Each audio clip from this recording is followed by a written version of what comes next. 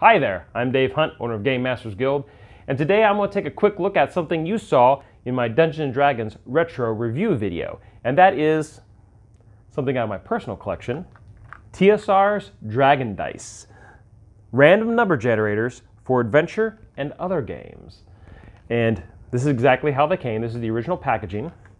Come in a little clamshell pack right here. Let's see if we can kind of quick open it up. Oh, there we go. And in there we had 6 dice and a black marker. Now originally these dice did not come inked at all, so the numbers would be difficult to read. So in this package they would include this black marker they would call, which is basically just a crayon essentially, and you would mark the numbers yourselves. Now other enterprising people might have taken, I don't know, let's say fingernail polish or maybe a pen or maybe even a pencil to try to ink them, but this is how they normally came. And these dice were definitely a lot different than the dice of today. They definitely weren't as rugged. Sometimes you get them roll really funky, and even the positioning of the numbers, especially on the D10 or the D8, would look kind of weird compared to what we know today. And there was no percentile die. And this is actually an even later set. It used to be that the D20, instead of having 1 to 20, would have 1 to 0 or 10 2 times.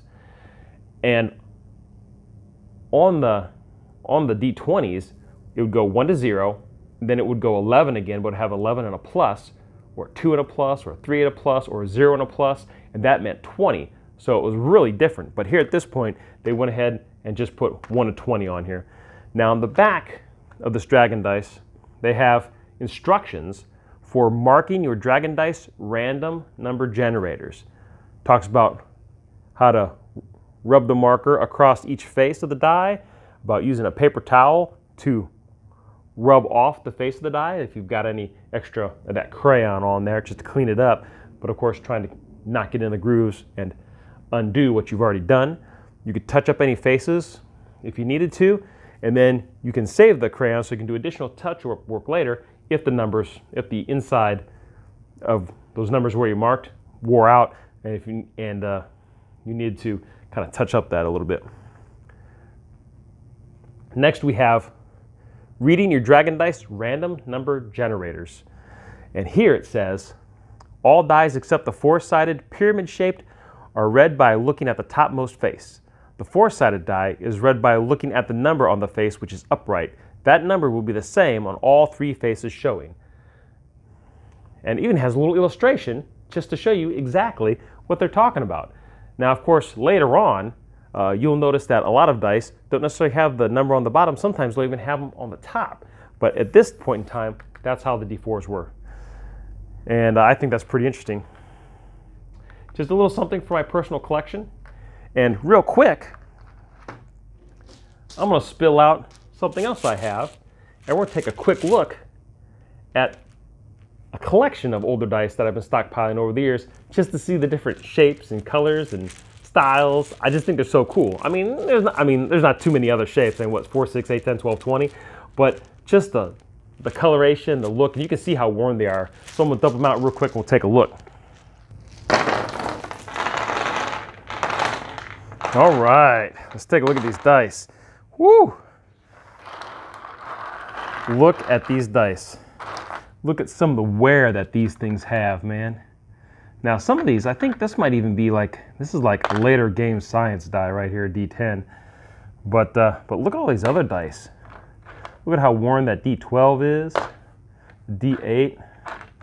I mean, look at these. Here's some more of those Dragon Dice. Look at that, and they're super light by comparison, especially by today's standards. What a difference. Look at the orange, and look at the shape of these D8s, man. Look at that. Isn't that wild? And here, let's go ahead and get some regular dice. This is some dice that I got just a few days ago. So look at the difference. Okay, so let's take a look at the D8, and you can even tell that the 8, that this is the top of the 8 because that top part of the 8 is a little smaller than the bottom, so that's how it is. Look at the 3, let's see. Just the orientation is so weird on these, and even the numbering's a little different. Oh, there's 5. See, there's 5 and 6, 8 and 7 instead of 8 and 3. Look at that. 0.2. Oh, what they did there? 7 and 4. It looks like the 7 and the 4. Let's see, 8 and. Wow. See, there's definitely some numbering differences. And look at the general shape, because the D8 itself is pretty uniform, but this one it's elongated. Wow, it's pretty wild. Let's take a look at these D10s. And look how small. Well, the D8 is pretty large. It's pretty large, but it's definitely sized differently. And let's take a look at the D10. Look at the difference in size with the D10s right there. What a difference. And again, here, let's get a regular D10 and look at the positions of the numbers. What a difference. Wow, that's something else. That is just really wild. And again, super light. It's just so cool. It's just so crazy. And here's a regular D20. Let's see if I can find a regular D20. Well, here's a couple of regular D20s right here. So you can see there's a 20. There's 20 right there. Here's a 20 right here. There it is right there. Now earlier I did mention, and you can see the size differences. Now here's another small 20. And then where else? I thought I saw another 20. There's another small 20 here. Now these, you notice, you see a bunch of single numbers. There doesn't look to be any numbers above 0, above 10. Well, and that's because this is when they were doing, and here's a big one that has that example on it. They actually didn't have anything higher than a 0. They just had 1 through 0 or 1 through 10 twice. So on these, you would do one color as 1 through 10 and another color as 11 through 20. So like on this die, any of the black faces, you would read as like this would be a 14, this would be a 20, this 7 would be a 17, whereas this 8 would just be an 8, whereas the white 8 would be an 8, the black 6 would be 16. And same thing on this die. It's just that they're colored black and red instead. Now some of them, like this die right here, this D20 right here, see? It's just 1 through 0 twice. So you just have to color these in, and one color would be 1 through 10 and the other color would be 11 through 20. Now let's see if I can, I know I've got one in here somewhere that has the pluses on it, or at least I used to. Well, unfortunately, I don't think I see one. You might just have to take my word for it.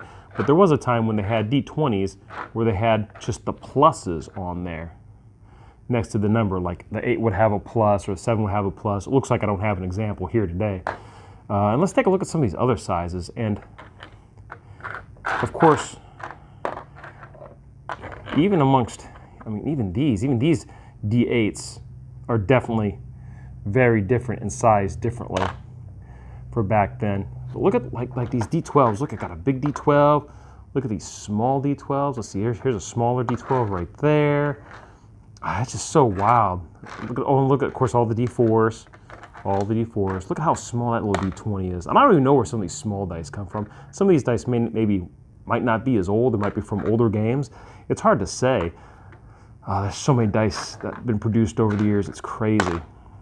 I just think these are so cool. What a neat little piece of history to have, though. If you can locate some of these old dice, I mean, these things are cool. Look at this D8. Oh, man, that's so crazy. Wow. Man, it's just super cool. Let's see if we can sort some of these out real quick. Let's see. So we got some 4s right here. We'll put these 4s in the foreground. 4s in the foreground. Yeah, that's great. So we got all these D4s versus more of a modern D4, I guess you could say. And you can see the placement of the numbers, just like on the original Dragon Dice container. All the numbers are on the very bottom. So you'd read 3, 4, 4, 4, 3, 3, 1. Whereas here with the more modern dice, the 3's up at the top. 6-sided, look at how much difference. It looks like, though, they still follow the 7 rule, where the two opposite sides add up to 7. So it looks like that's still pretty standard right there. But sizes are different, a little smaller, a little lighter than the more modern one right there.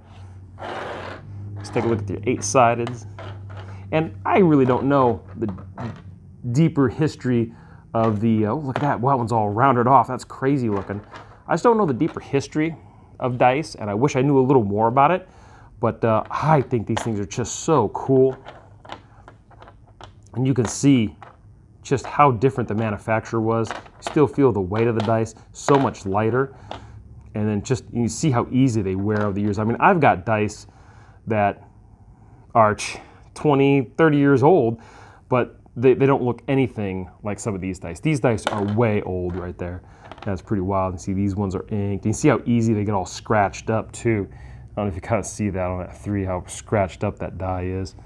Yeah, that's something. That's the 8s. Let's look at the 10-sided. The 10, to me, the 10-sided is probably the most dramatic. First of all, there's no percentile dice. So this percentile dice right here, it just wasn't a thing back then. Although it did still come out sometime in the later mid-80s, I guess you could say. Oh, look at that old D8. Oh, man. Woo, what a mess. That one actually looks like it's kind of been carved on a little bit, maybe. All right, so look at all these D10s here. Now, you notice, too, how the numbers are positioned. Now, on the center line of the die, I guess that's what I'm going to call it. So, you see I rotate the D10 around and see how the top numbers, they're all oriented in the same way. And all the numbers below that center line are actually oriented upside down. But then when you look at these other D10s, it's not necessarily like that, which I think is really interesting. And again, you can tell some of these dice are way used. I mean, this dice has definitely seen some play right there, or at the very least, maybe someone stepped on it or some dog chewed on it or something. Look at that. Look at how worn that is, man.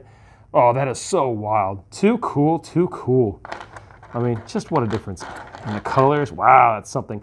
Oh, now back then, if you want to roll percentile, basically what would you have to do is you'd have to pick 2 dice, and you would have to say, okay, you would have to declare one of the dice your 10s die. So I would say, okay, my 6 is going to be my 10s die. So when I rolled it, 17, this would be my 10s die, this would be my 1s die. So no matter where I landed, that'd be 22. And most people are familiar with this, but if you're not, it's just kind of nice to know. There's the 10s. Let's see, again, 10s, the 12s. Let's look at some of these 12s here. Oh, look at that. So different. Whoops, that's a D20. Look at that. Wow, it's something. Let's see, 5s, 8s, 11 and 12 are opposite. Oh, let's see, 11 and 10. That's interesting. 10, 11, yep. So definitely the facings on a lot of these dies, the facings, the position of the numbers on the facings has definitely changed over the years. Look at that. And again, super, super light compared to a modern D20.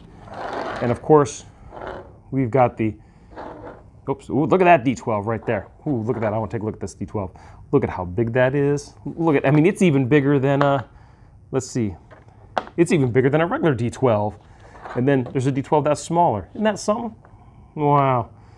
Well, that thing's, and it's still, this one still feels pretty close in weight, but it kind of feels a little lighter. Ooh, look at that big indentation. Look at all the scratches. Oh, this dice has some history. That is so fascinating. I would love to know about the history about any of these dice. And then let's see what we look at here. And oh, that's some 10s. Oh, and the D20s. Here we go. Here's a D20 everybody knows today versus these, like an older regular D20. You can tell the inking's coming off. And then here's the, basically, we used to call these double D10s. The D20s that did not have 1 through 20 on it, we would call them double D10s. And again, in later years, they would mark these with a little plus. Gamescience just comes to mind. Gamescience would do that. They'd put a little plus sign right in front of the 9 so you knew it was a 19. But in these other dice, you definitely had to ink them instead so that way you knew which was the 1s and which ones were the 10s. That's pretty wild. So that's that. That is so cool. Man, these dice are amazing. Look at all these things. So cool. I mean, what a difference in the years with dice. Look at that. So we get a 4. I'm going to grab a 6, grab an 8, grab a 10, I'm going to grab a 12, and I'm going to grab a 20 here. And again, let's just look side by side real quick. Wow. Dice of yesteryear versus dice of today.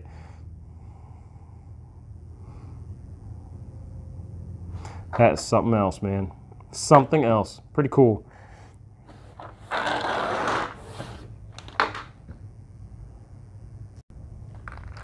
And that's my look at the old Dragon Dice random number generators for adventure and other games. How cool is that? Pretty neat. And before I go, just another quick shot of some of the dice that I've shown here in this video today, just so you can get a nice long look at them. And again, thanks for watching. I'm David Hunt, owner of Gamemasters Guild, telling you to stay safe, play great games, and I'll see you real soon.